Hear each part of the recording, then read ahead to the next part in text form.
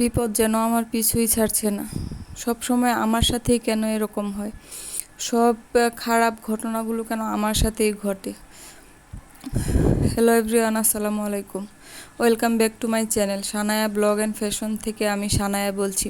কেমন আছেন সবাই? আশা করি সবাই অনেক অনেক বেশি ভালো আছেন। আমি একদমই ভালো নেই। ওই যে বললাম, দুর্ঘটনা আমার পিছুই ছাড়ছে না।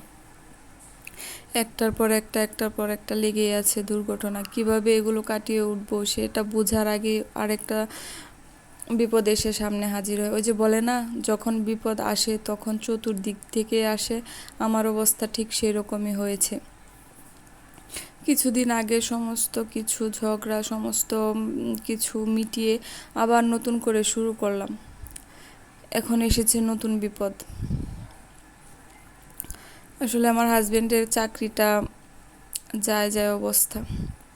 মানে 2 দিন অব্যাহতি দিয়েছে, 2 দিন মানে সাসপেন্ডে রেখেছে, যে হয়তো ডাকবে নয়তো ডাকবে না, এরকম একটা পরিস্থিতির মধ্যে দিয়ে যাচ্ছে। আসলে কি হবে বুঝতে পারছি না। তার মধ্যে আমার বড় ছেলের একটা অনেক বড় অসুখ ধরা পড়ছে।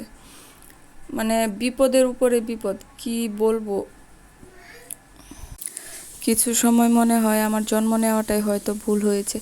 এত বিপদের উপরে বিপদ আল্লাহ তাআলা আমাকে হয়তো পরীক্ষার জন্যই দিচ্ছেন।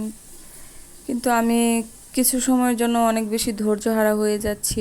একদিকে ছেলে অসুস্থ, অন্যদিকে হাজবেন্ডের চাকরি চলে যাবে যাবে অবস্থা, অন্যদিকে আমার আসলে কোনো কিছুই হয়ে উঠতেছে না। আসলে আমি যা শুরু করতে চাই তাই আসলে বাধা হয়ে দাঁড়ায়। আমি কোনো দিকে এগিয়ে যেতে পারতেছি না, কি করে যাব সেটাও বুঝতে পারতেছি না। প্লিজ আপুরা, আমাকে ছোট বোন হিসেবে একটু সাপোর্ট করেন। আসলে আমি বেশি কিছু বলার মতো অবস্থাতেই নাই।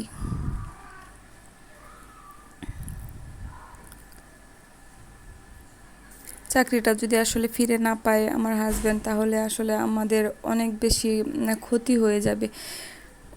মানে অনেক বেশি, কি বলবো। আসলে ওর চাকরির উপরেই তো আমার সংসারটা ডিপেন্ড করে।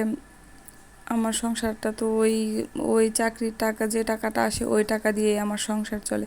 এখন যদি চাকরিটাই না থাকে, আসলে আমি অনেক বেশি বিপদগ্রস্ত হয়ে পড়ব। এই মুহূর্তে আসলে আমার কোনো কিছু বোঝার মতো মাথা কাজ করছে না। কি করব না করব সেটাও বুঝে উঠতে পারতেছি না। আসলে ইউটিউব জার্নি তো আর একদিনে হয়ে যায় না, আর কারো সাপোর্ট ছাড়াও তো হয় না। তো এটা থেকে যদি আমি কিছু আর্নিং করতে যাই, আমার অনেক বেশি খাটতে হবে, অনেক বেশি পরিশ্রম করতে হবে।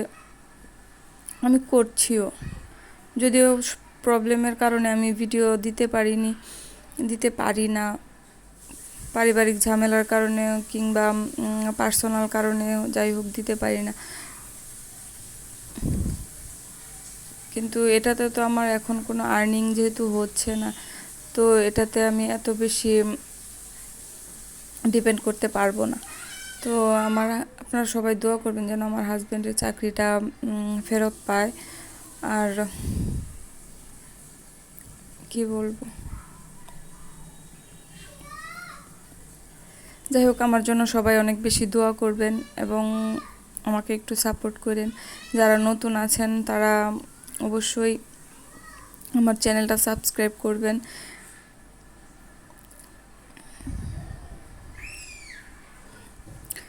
যাই হোক, আল্লাহ যা করে ভালোর জন্যই করে। হয়তো আমার কপালে এরপরে নতুন কিছু আসবে। আল্লাহ জানিয়ে নেয়, তার দ্বিগুণ ফেরত দেয়, এটা আমার বিশ্বাস। তো এই 3 পিসটা হচ্ছে বিক্রি হয়ে গেছে। তো যে কিনেছে উনি হচ্ছে আমার কাছে বানাতে দিয়ে গেছেন, তাই আমি এই 3 পিসটা এখন কাটিং করে নেব। তো প্রথমে আমি হাতার পার্টটা আলাদা করে নিয়েছি, তারপরে সামনের পার্ট পিছনের পার্ট আলাদা করে নিয়েছি। আলাদা করে নেওয়ার পর সামনের পার্টটা দেখলেন তো আমি মার্ক অনুযায়ী কেটে নিলাম।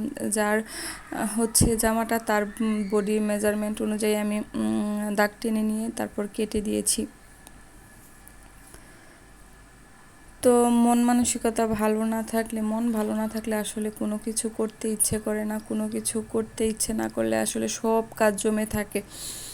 এত কাজ জমে গেছে যে আমি এই কয়দিন কোনো কিছুই করিনি বা করতে পারিনি, ইচ্ছে হয়নি। আসলে সব কিছু মিলিয়ে অনেক বেশি টেনশনে আছি, তার জন্য আসলে কোনো কাজই করা হচ্ছে না।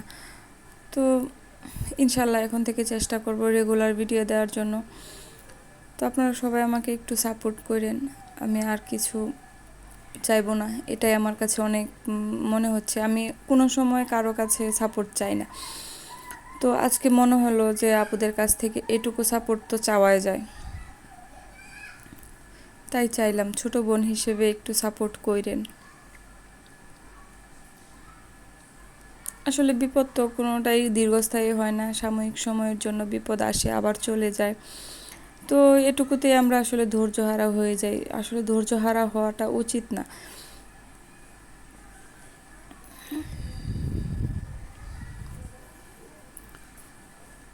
তো এখানে আমি সেলোয়ারটাও কেটে নিচ্ছি।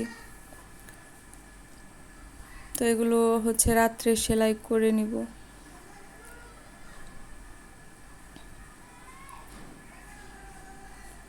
দুইটা ড্রেস বিক্রি হয়েছে, তো সবুজ কালারের যে ড্রেসটা ছিল ওইটাও বিক্রি হয়ে গেছে। তো এটা হচ্ছে কালকে আমি কাটিং করব। আজকে আর এত বেশি লোড নিলাম না, যেহেতু এমনিতেই মন ভালো নেই। সবাই আমার ছেলেটার জন্য দোয়া করবেন, ও কি বলবো অনেক বেশি অসুস্থ। আসলে আমরা যা পরিকল্পনা করে রাখি, প্ল্যান করে রাখি, তার বাইরেও মহান আল্লাহ তাআলার প্ল্যান হচ্ছে উত্তম। তিনি উত্তম পরিকল্পনাকারী। আমি কি ভাবলাম না ভাবলাম তার চাইতেও ঊর্ধ্বে হচ্ছে মহান আল্লাহ তাআলার ভাবনা। তো সবাই দোয়া করবেন, ভালো থাকবেন।